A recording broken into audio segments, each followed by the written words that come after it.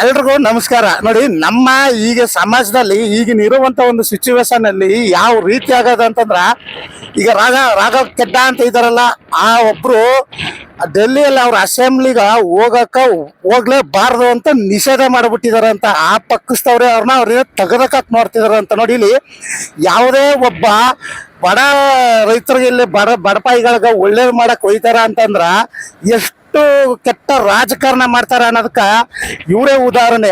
ಇವರು ಎಲ್ರಿಗೂ ಒಳ್ಳೇದ್ ಮಾಡ್ಬೇಕು ಅಂತ ಟೆಲಿಕಾಂ ಫೀಡ್ ಆಗಿರ್ಬೋದು, ಈ ತರ ಡೆಲಿವರಿ ಬಾಯ್ಸ್ ಆಗಿರ್ಬೋದು, ಇನ್ನೊಂದು ಸದನದಲ್ಲಿ ವಿಷಯನ ಎತ್ತು ಮಾತಾಡ್ಬೇಕಾದ್ರ ಎಲ್ಲ ಬಾಯಿ ಮುಚ್ಕತ್ತಾ ಇದ್ರು. ಇದನ್ನೆಲ್ಲ ನೋಡ್ದಂತ ಅವರ ಪಕ್ಷವಾದ ಆದ್ಮಿ ಪಕ್ಷನೇ ಅವ್ರನ್ನ ಅದರಿಂದ ನಿಷೇಧ ಮಾಡಕ್ ತೆಗೆದಕ್ಕಾಕ ನೋಡ್ತಾವ್ರ. ಇದು ಎಷ್ಟರ ಮಟ್ಟಕ್ಕೆ ಸರಿ ಅಂತ ನಮಗಂತೂ ಗೊತ್ತಾಗ್ತಿಲ್ಲ. ಆದ್ರೆ ಮುಂದೊಂದು ದಿನ ಯಾವ ರೀತಿ ಆಗುತ್ತೋ ಏನಾಗುತ್ತೋ, ಈ ನಮ್ಮ ರಾಜಕಾರಣಿಗಳು ಹಳೆ ಕಾಲದಲ್ಲಿ ಇದ್ರಲ್ಲ ಅಂತ ಹಳೆ ಕಾಲದಲ್ಲಿ ಇದ್ದಂತ ಬಡ್ದಾಡ್ಕೊಂಡು ಈ ತರ ಮುದುಕರು ಮೋಟ್ರೆಲ್ಲ ರಾಜಕಾರಣ ಮಾಡ್ತಿರಲ್ಲ, ಆ ಮುದುಕರು ಮೋಟ್ರ ರಾಜಕಾರಣದಿಂದ ಕಿತ್ತೆಸಿಬೇಕು.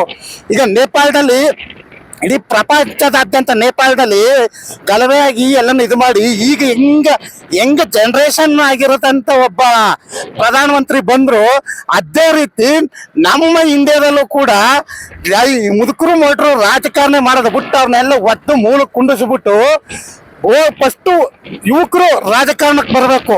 ಅದು ಮಾಡಕ್ಕೂ ಮೊದಲು, ಯುವಕರು ರಾಜಕಾರಣ ಮಾಡಕ್ಕೂ ಮೊದಲು ಫಸ್ಟ್ ಆಫ್ ಆಲ್ ನೀವು ಯಾರೇ ಆದರೂ ಅಷ್ಟೇ, ಎಂಡಕ್ಕೋಸ್ಕರ 2,000 ರೂಪಾಯಿ ನೋಟ್ಗೋಸ್ಕರ ಓಟ್ ಹಾಕೋದನ್ನ ಬಿಟ್ಟು ನಮ್ಮ ಓಟನ್ನ ಹಕ್ಕನ್ನ ಯಾರು ಚೆನ್ನಾಗಿ ಕೆಲಸ ಮಾಡ್ತಾರ ಅನ್ನೋರ್ನ ಆಯ್ಕೆ ಮಾಡಿ ನಾವೇನಾದ್ರು ಓಟ್ ಹಾಕಿ ಗೆಲ್ಲಿಸ್ತಂತಂದ್ರ ಯಂಗ್ ಜನರೇಷನ್ ಹುಡುಗರ್ನ ದೇಶನೂ ಉದ್ಧಾರ ಆಯ್ತಾ, ಊರು ಉದ್ಧಾರ ಆಯ್ತಾ, ರಾಜ್ಯನೂ ಉದ್ಧಾರ ಆಯ್ತಾ.